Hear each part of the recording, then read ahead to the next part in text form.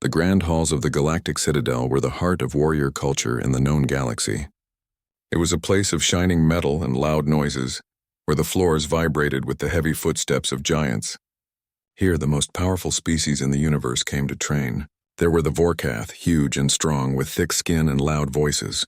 There were the Sylth, tall and slender, moving with a quiet and deadly grace. And there were the Grumn, who seemed to be made of living stone, slow and unmovable. In the middle of all this power and noise, a single human worked. His name was Jay. He was the Citadel's custodian. To all the mighty warriors who passed him, he was just the janitor.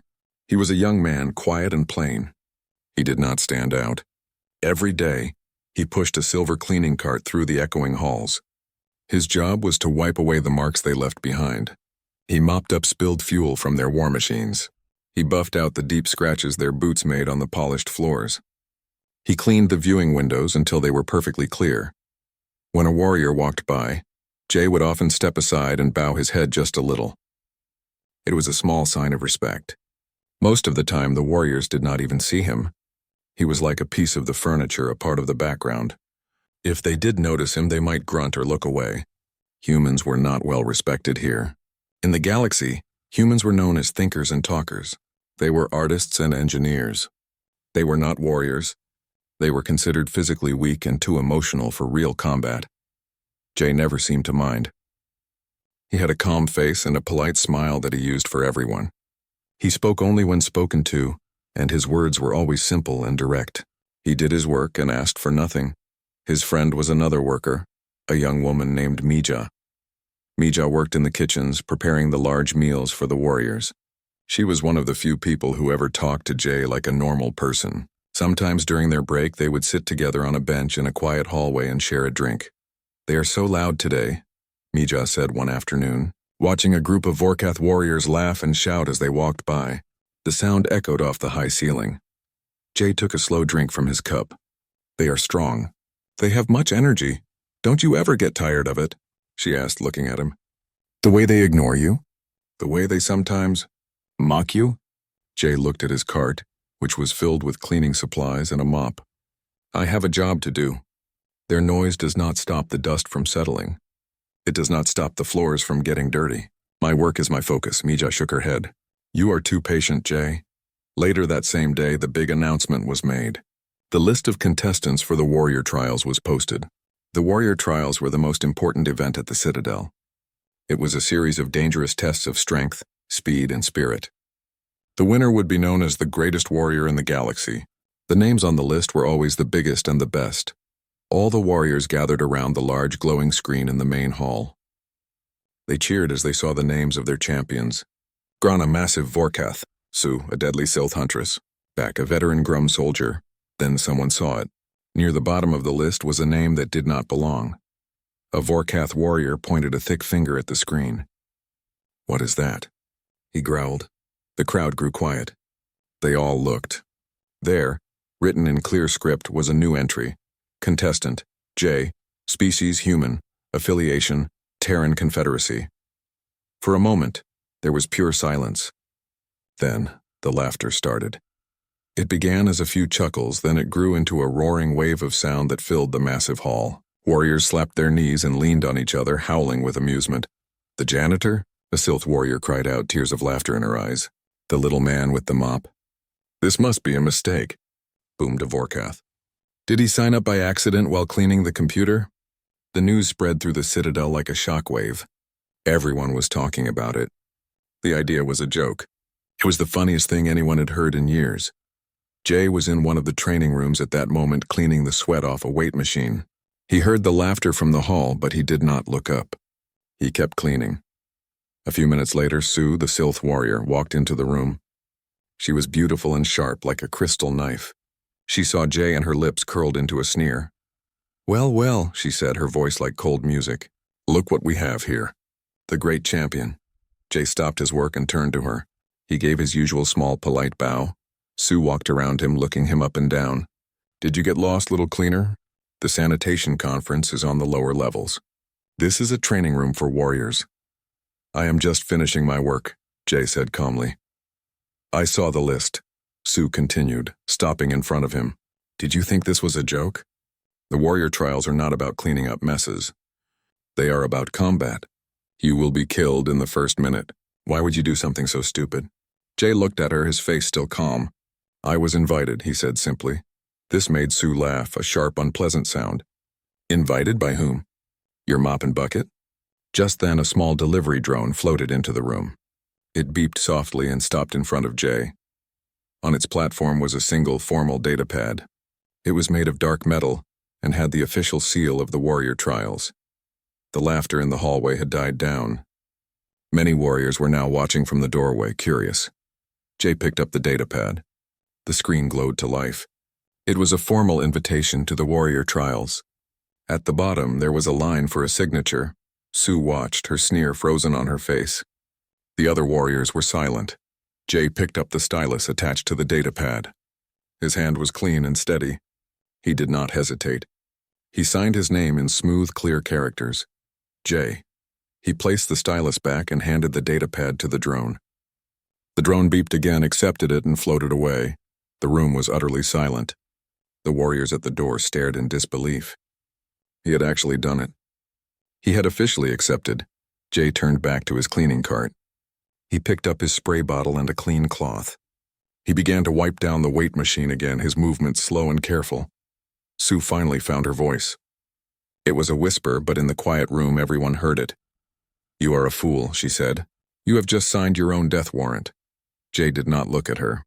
He focused on a stubborn spot on the machine. He was just a janitor doing his job. But he was also now a contestant in the most dangerous competition in the galaxy. And he had never looked less like a warrior. The day of the first trial arrived. The air in the Citadel's main arena was electric. Thousands of spectators filled the crystalline galleries, their chatter a constant hum. Sunlight from the distant stars streamed through the massive windows, lighting up the dust motes dancing in the air. On the arena floor, the contestants stood in a line. They were a sight of immense power. Gron the Vorkath stretched his thick arms. Sue the Sylph stood perfectly still, a statue of lethal potential. Back the Grum looked like a small mountain, and then there was Jay. He stood at the very end of the line. He wore simple, dark fatigues made of a tough fabric. They were clean and practical, but they looked like sleepwear next to the gleaming powered armor and ornate battle harnesses of the others. He had no visible weapons. His hands were held loosely at his sides. The Grand Master of the Citadel, an ancient Vorkath with a scarred face, stepped onto a platform. His voice boomed across the arena, silencing the crowd. Warriors, you begin with the Gauntlet of Blades. This test is one of speed and agility. You must pass through a 500-meter corridor of active and deadly obstacles. The ancient record for this trial, set by the champion Gron's ancestor, stands at 1 minute and 47 seconds. Let the trial begin. A section of the arena wall slid open, revealing the gauntlet. It was a terrifying sight. Huge double-bladed energy axes swung in complex patterns. Massive piston walls slammed together with the force of a starship crash.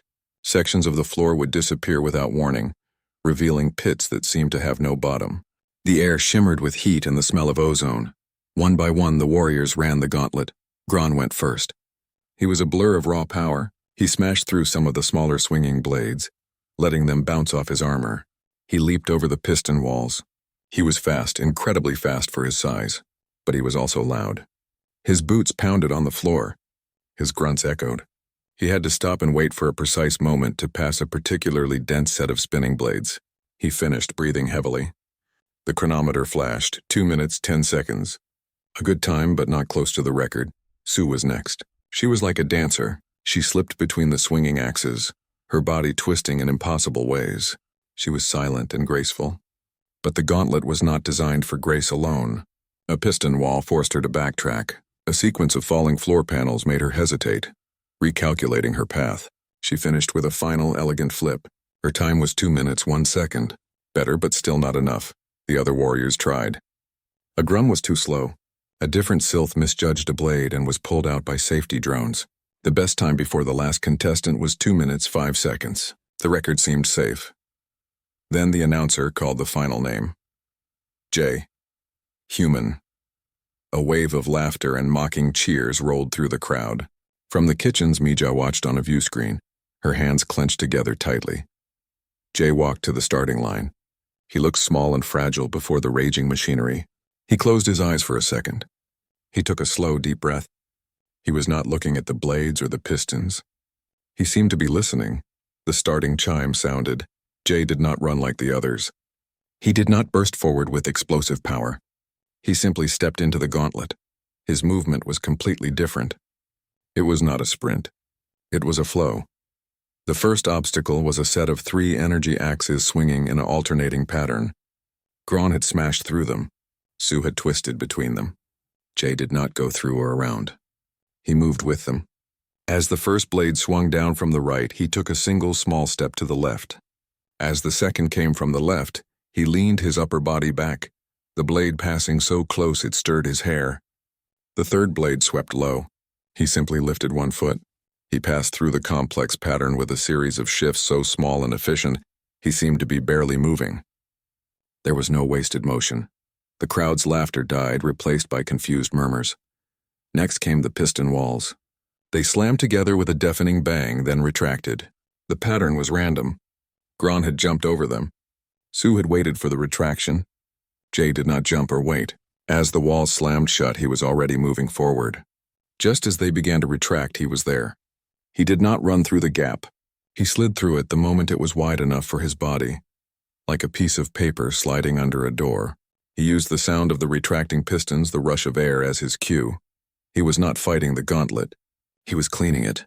That was the thought that popped into Mija's head as she watched. It was like he was wiping the danger away with his presence. His movements were the same calm, precise motions he used to wipe a counter or mop a floor. He saw the chaos of the gauntlet as a mess to be tidied, and he was tidying it. He approached the final section, a nightmare of spinning blade wheels and collapsing floors. The other warriors had struggled here, forced to slow to a crawl. Jay's pace never changed. He dropped to one knee and slid under a spinning wheel, his back almost touching the floor. He immediately rose into a low crouch to avoid a horizontal scythe. A floor panel gave way in front of him. He didn't break stride, simply placing his foot on the narrow metal beam at the very edge, his balance perfect. It was the same balance he used every day to carry heavy buckets of soapy water without spilling a drop. The arena was completely silent now. The only sounds were the whoosh of the blades, the crash of the pistons, and the soft whisper of Jay's footsteps. He saw the finish line. Between him and it was a final, dense web of crisscrossing energy beams. There was no visible path. Sue had been forced to climb the wall to get around it. Gron had triggered a safety shield which added penalty time. Jay did not stop. He did not climb. He looked at the web for a single moment, and then he stepped into it. He moved his body in a way that seemed to defy physics.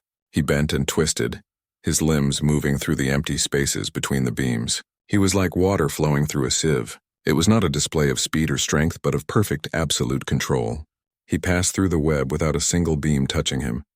He took the last few steps and crossed the finish line. He stood there, his chest rising and falling only slightly. His calm face was untouched by sweat or strain.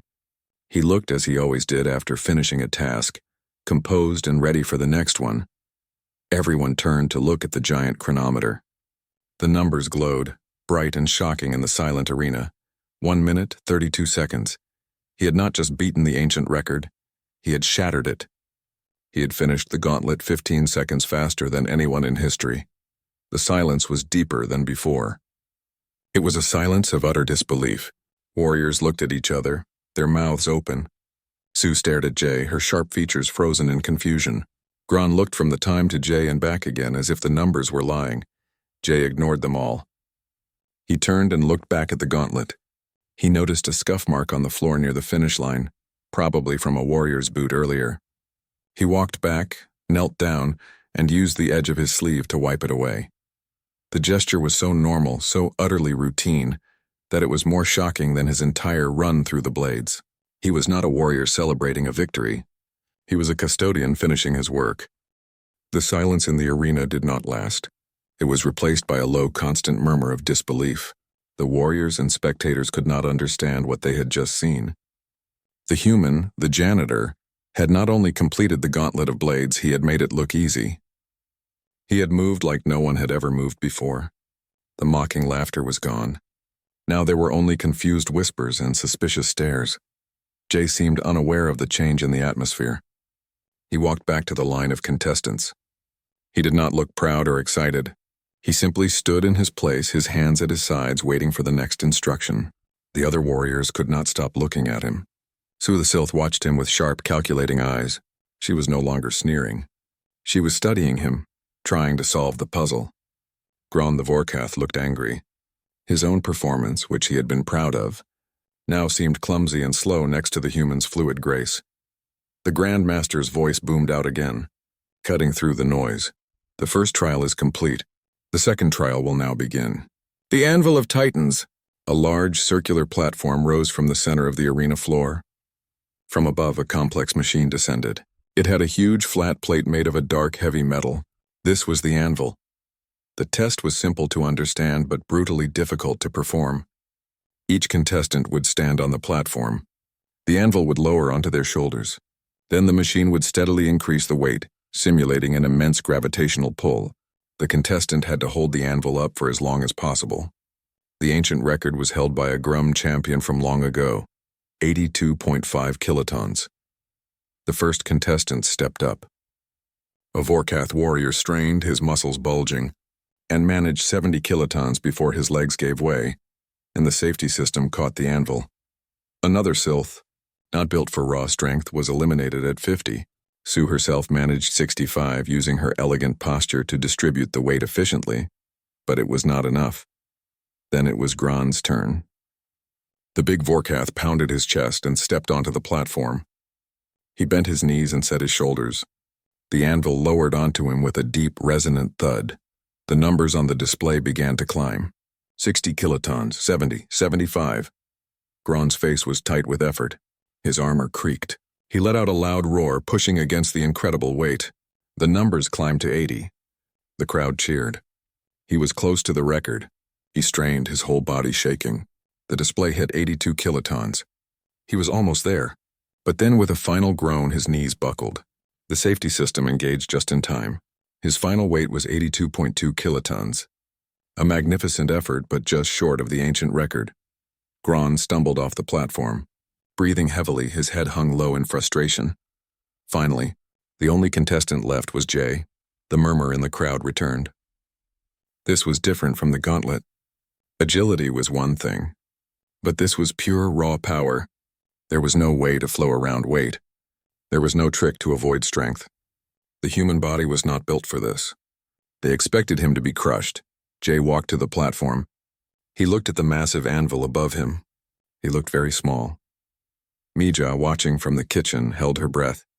She had seen Jay move heavy things before, large drums of cleaning solvent, stacks of furniture. But this was different. This was a weight that could flatten a battle tank.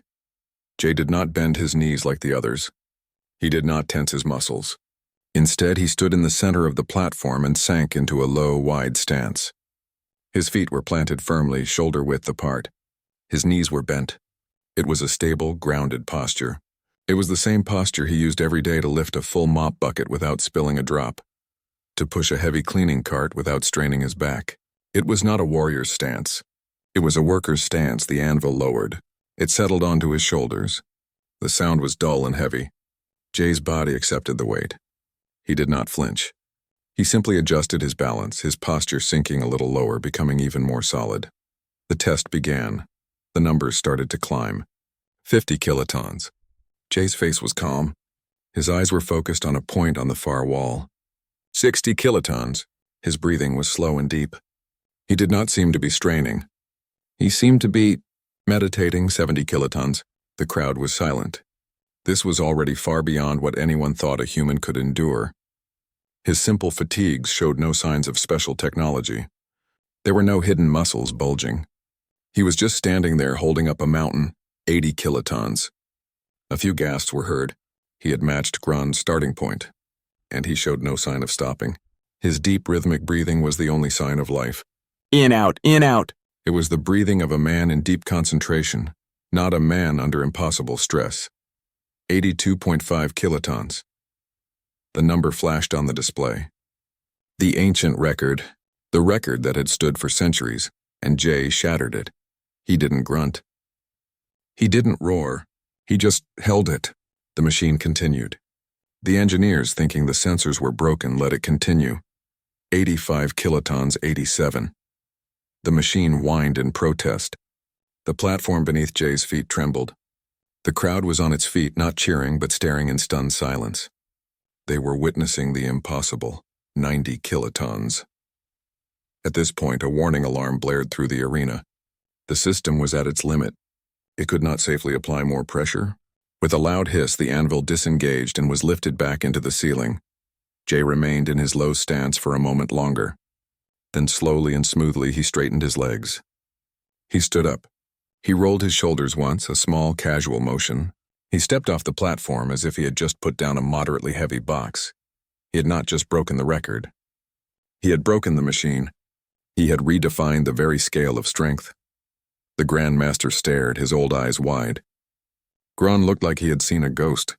Sue's analytical expression was gone, replaced by pure, unfiltered shock. Jay walked back to his place. He saw a small smudge on the platform's edge, probably from a warrior's boot. He casually wiped it away with his thumb as he passed. The message was clear. This was not a display of power for glory. It was simply a task that needed to be done. And he had done it. The human custodian was not just fast. He was the strongest being any of them had ever seen. The mockery was now a distant memory replaced by a new, unsettling feeling: fear.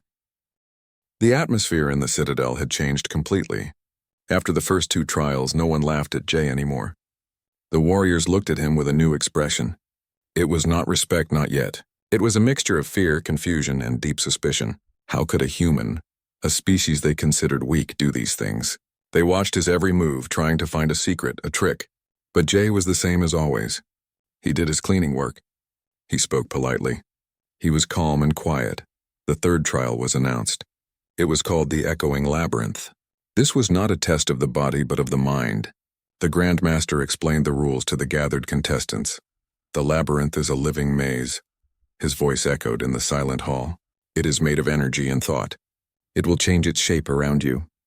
It will find your deepest fears and your darkest doubts. It will make you see them, hear them, feel them. Your task is simple. You must find your way to the exit. The Sylth hold the record for the fastest escape, for their minds are sharp and disciplined. This was a relief to many of the warriors. Finally, a test where brute strength and strange agility would not help. This was about mental fortitude. This was about spirit. Surely the human would fail here. His mind would be as soft and weak as they had always believed. One by one, the warriors entered the labyrinth. It was a large, dark archway that led into a shifting, glowing mist. The Citadel had a way to see what was happening inside. Giant view screens showed the mental projections of each contestant's fears. A Vorkath warrior was the first to go. On the screen, the audience saw a terrible sight. The warrior was small and weak, his muscles gone. He was being laughed at by his own tribe. He was alone and worthless. The real warrior inside the maze began to scream with rage and shame. He charged at the illusions, but there was nothing to fight. He was soon found curled up on the floor, defeated by a fear of weakness.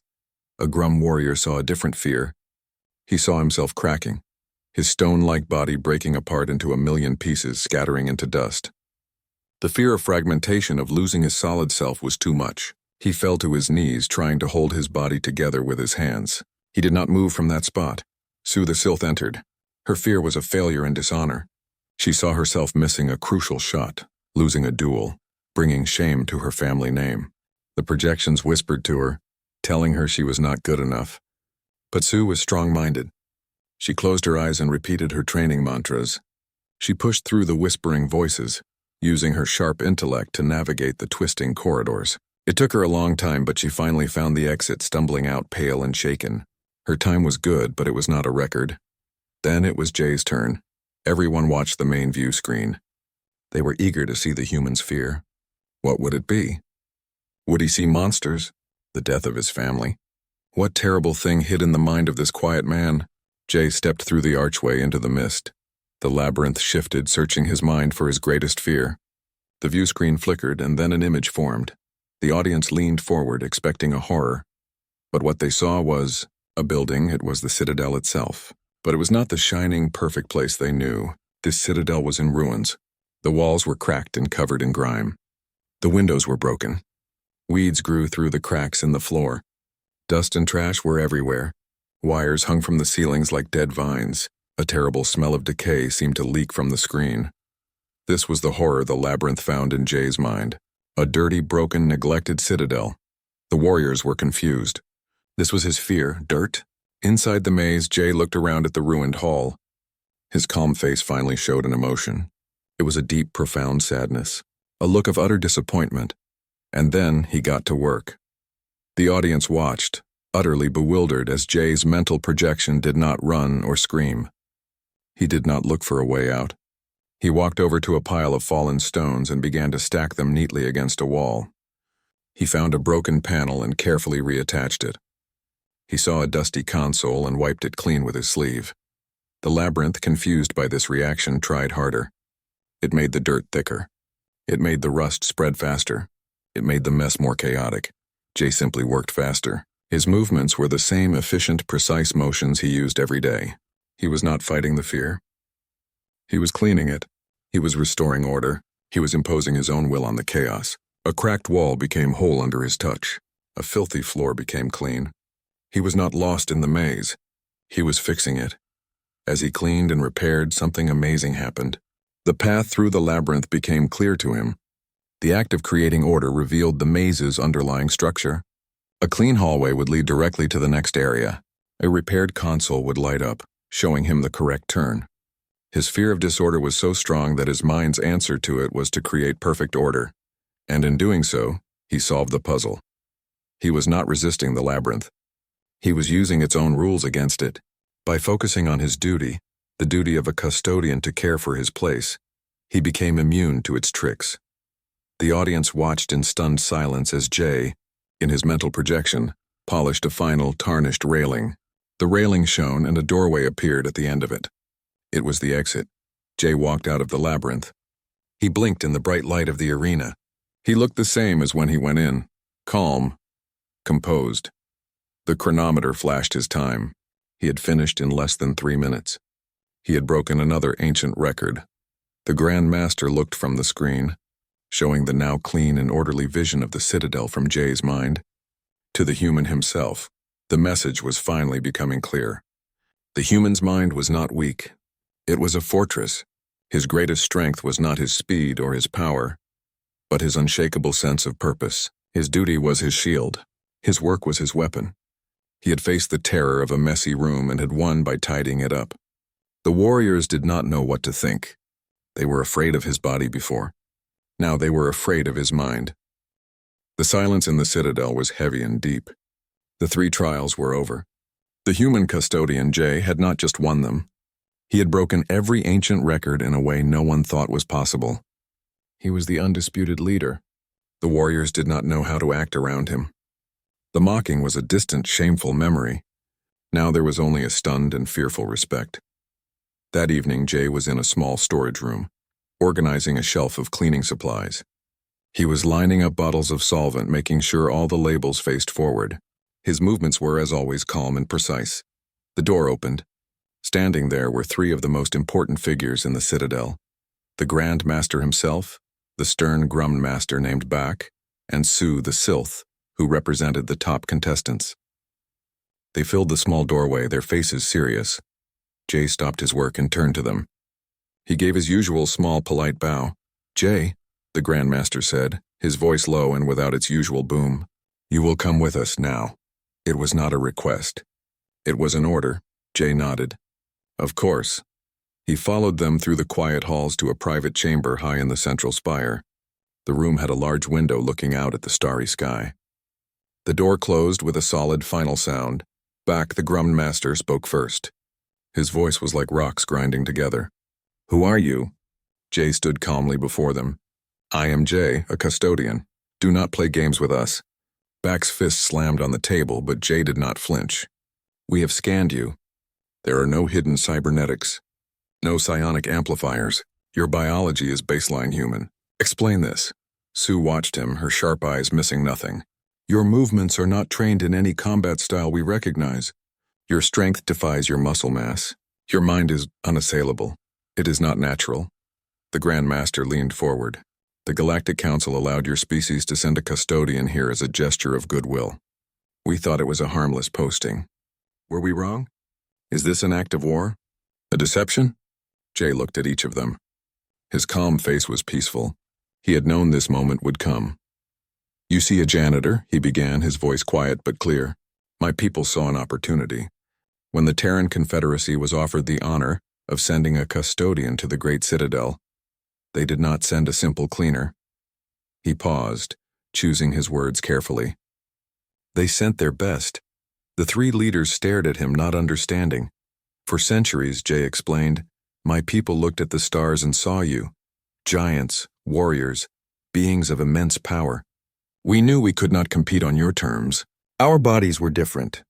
Our history was different. So we turned inward. We looked at ourselves. He held up his hand, looking at it. We did not build bigger weapons. We sought to perfect the body we were given. We did not seek to conquer others. We sought to conquer our own limitations. He looked at Bach. You asked about my strength. It does not come from big muscles. It comes from knowing how to use the ones I have. Every day for years I moved heavy drums of solvent, I carried stacks of floor tiles. I learned to lift with my whole body, not just my arms. I learned to breathe, to focus the power. What you see as strength is just efficiency. He turned to Sue. You asked about my movements. I was not trained in a warrior's dance. I was trained in a worker's dance. How to move through a crowded room without bumping into anything. How to reach a high shelf without a ladder. How to keep my balance on a wet floor. My agility is the agility of someone who has spent a lifetime navigating spaces without being noticed. Finally, he looked at the Grand Master, and my mind. You are right. It is a fortress. But it was not built to keep things out. It was built to focus on one thing, my duty. On Earth, I was trained for deep cover operations. My mission was to live here among you for years. To watch and to learn. To never break my cover. That requires a mind that does not get bored. Does not get lonely.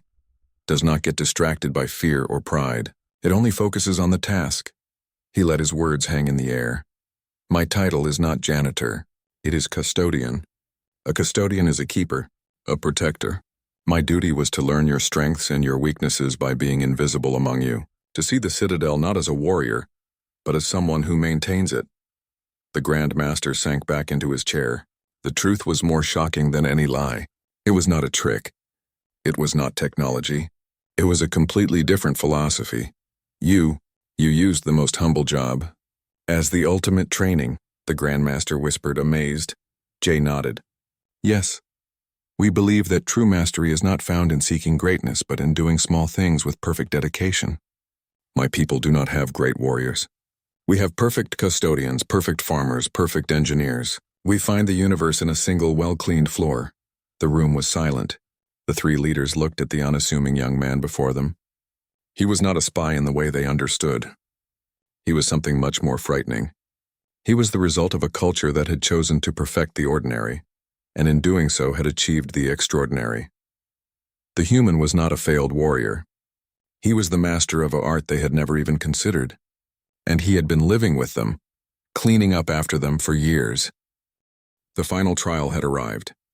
It was called the Spire of Ascension. It was not held in the arena. It was a real place, a tall, jagged mountain of dark rock and metal that stood just outside the Citadel walls. The top was lost in the clouds.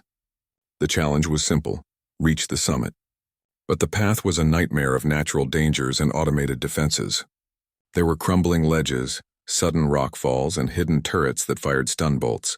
It was a test of everything a warrior had learned: strength, agility, endurance, and combat skill, all combined into one brutal climb. The contestants stood at the base of the spire, looking up at its impossible height. The mood was different now. No one looked at Jay with mockery. They looked at him with a kind of awe and fear. He had redefined what was possible. He was the one to beat. The starting signal sounded. With loud cries, the warriors began to climb. They used their powerful limbs to haul themselves up the rock face. They fought against the turrets, dodging energy blasts or smashing them with their fists. Jay started his climb. He did not climb like the others. He did not use raw power. His movements were careful and planned. He tested each handhold before putting his weight on it. He moved with a quiet efficiency, his body always in balance. He did not fight the turrets. When a turret swiveled to aim at him, he would simply step behind an outcropping of rock or time his movement so he was between its firing cycles. He was not conquering the mountain. He was navigating it, the same way he would navigate a cluttered storage room. The climb was long and hard. About halfway up, disaster struck. Gron, the huge Vorkath, was climbing a steep section. He put his hand on what looked like a solid rock, but the rock was loose. It came away in his hand. He lost his balance. With a roar of surprise, he began to fall backwards. Below him was a long drop onto sharp rocks. The other warriors were too far away or too focused on their own climb to help. But Jay saw. He was on a ledge to Gron's left. Without a moment of hesitation, Jay moved. He pushed off from his ledge with a powerful leap. It was the first truly explosive movement anyone had seen from him. He flew through the air, his body horizontal. He slammed into Gron, pushing the massive Vorkath back against the rock wall. At the same time, Jay's free hand shot out and grabbed a thin, strong root growing from a crack. He held on, his arm taking the full weight of the impact. For a second, they hung there, suspended. Gron, wide-eyed with shock, was pressed safely against the wall. Jay held them both with one hand. "Find a new handhold," Jay said, his voice calm but firm. Gron, shaking, found a solid grip on the rock. He nodded at Jay, his face a mixture of embarrassment and gratitude. Jay let go and swung himself back onto his own ledge as if nothing had happened. He continued his climb. Later, they heard a cry from above. Sue the Sylph was in trouble. She had been pinned down by a cluster of 3 turrets. They were firing in a rotating pattern, and she was trapped behind a small rock with no way to advance or retreat. She was stuck. Jay climbed up silently. He assessed the situation. The turrets were mounted on a metal beam. He saw the problem. He did not attack the turrets. Instead, he found a loose, heavy stone nearby. He weighed it in his hand. Then with a smooth underhand throw, he tossed the stone. It did not hit the turrets. It hit the metal bracket holding the central turret to the beam. There was a loud crack. The bracket broke. The central turret fell, swinging down on its wires. Its wild, uncontrolled firing disrupted the pattern of the other 2 turrets, creating a moment of chaos. It was the opening Sue needed.